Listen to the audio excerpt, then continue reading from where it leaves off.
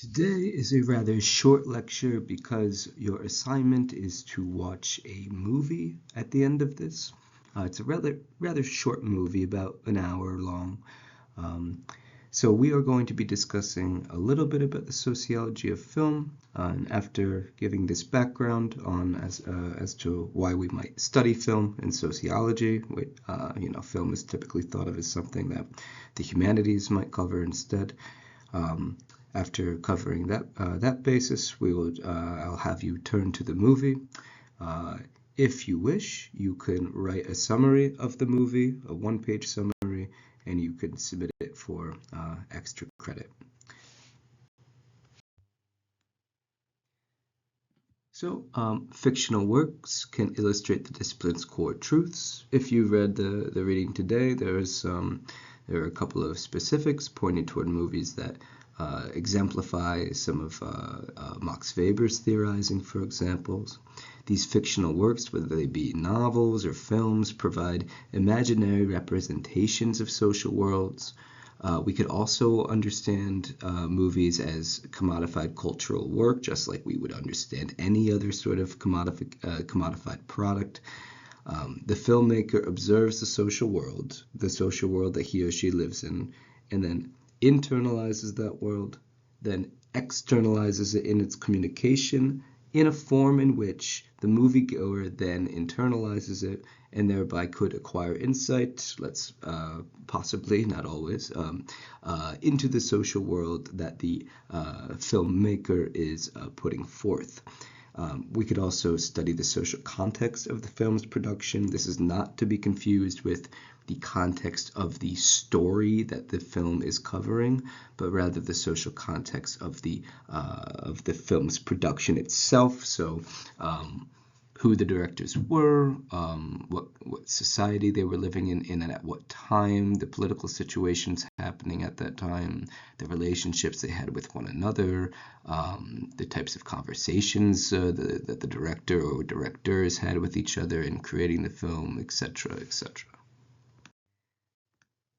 So the author of Caligari, the chapter in this book written by Siegfried Krakauer, he provides us with some background on the two authors of the movie on Caligari, writing that the story that they created was based on the combination of past stories that they lived. So we have two encounters with the social world that these individuals had, and then channeled into an artistic product. It is also the case that this movie is the combination of their social worlds, so it is a reflection of the two's relationship with one another and the convergence of their experiences through an artistic expression. I'm going to read part of this story starting on page 61, just at the very beginning of the chapter. The Czech Hans Janowitz, one of the two authors of the film Das Kabinett des Dr. Caligari, The Cabinet of Dr. Caligari, was brought up in Prague, that city where reality fuses with dreams and dreams turn into visions of horror. One evening in October of 1913, this young poet was strolling through a fair at Hamburg, trying to find a girl whose beauty and manner had attracted him. Later down the page. In search of the girl, Janowitz followed the fragile trail of a laugh which he thought hers into a dim park bordering the Holstenthal. The laugh, which apparently served to lure a young man, vanished somewhere in the shrubbery. When a short time later the young man departed, another shadow, hidden until then in the bushes, suddenly emerged and moved along. Passing this uncanny shadow, Janowitz caught a glimpse of him. He looked like an average bourgeois. The following day, big headlines in the local press announced, quote, "Horrible sex crime on the Holstenthal. Young Gertrude murdered." An obscure feeling that Gertrude might have been the girl of the fair impelled Janowitz to attend the victim's funeral. During the ceremony, he suddenly had the sensation of discovering the murderer, who had not yet been captured. The man he suspected seemed to recognize him too. It was the bourgeois, the shadow in the bushes. Karl Mayer, co-author with Janowitz of Caligari, was born in the Austrian provincial capital of Graz, where his father, a wealthy businessman, would have prospered had he not been obsessed by the idea of becoming a scientific gambler. In the prime of life, he sold his property, went armed with an infallible system to Monte Carlo, and reappeared a few months later in Graz, broke. Under the stress of this catastrophe, the monomaniac father turned the 16-year-old Karl and his 3 younger brothers out into the street and finally committed suicide. A mere boy, Karl Mayer was responsible for the 3 children. Later down the page. Later in the war, Janowitz reports he had to undergo repeated examinations of his mental condition. Mayer seems to have been very embittered against the high-ranking military psychiatrist in charge of his case.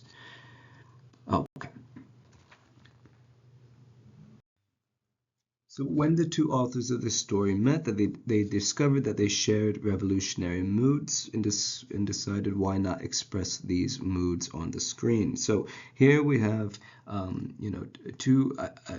ideology channeled through a symbolic or aesthetic representation with the film that they produce.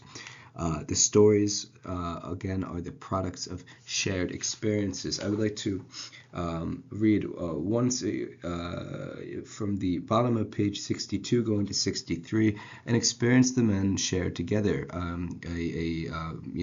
something that constitutes part of their relationship is also emerging onto the screen in this movie.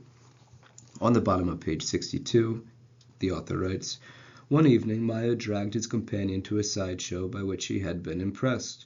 Under the title, Man and Machine, it presented a strong man who achieved miracles of strength in an apparent stupor. He acted as if he were hypnotized. The strangest thing was that he accompanied his feats with utterances which affected the spellbound spectators as pregnant forebodings. Any creative process approaches a moment when only one additional experience is needed to integrate all elements into a whole. The mysterious figure of the strong man supplied such an experience. On the night of this show, the friends first visualized the original story of Caligari. They wrote the manuscript in the following 6 weeks." Caligari embodies authority, and a type of authority that idolizes power. Caligari, as you'll see in this movie, sort of violates human rights in a quest for human domination, much in the same way that a ruthless source of authority in society would. Caesar is used as a mere instrument for Caligari's quests, although he does his bidding for him, he does the dirty work for him.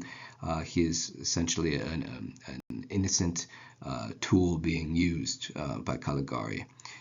The author, Krakauer, here claims that Caligari is a premonition of Adolf Hitler.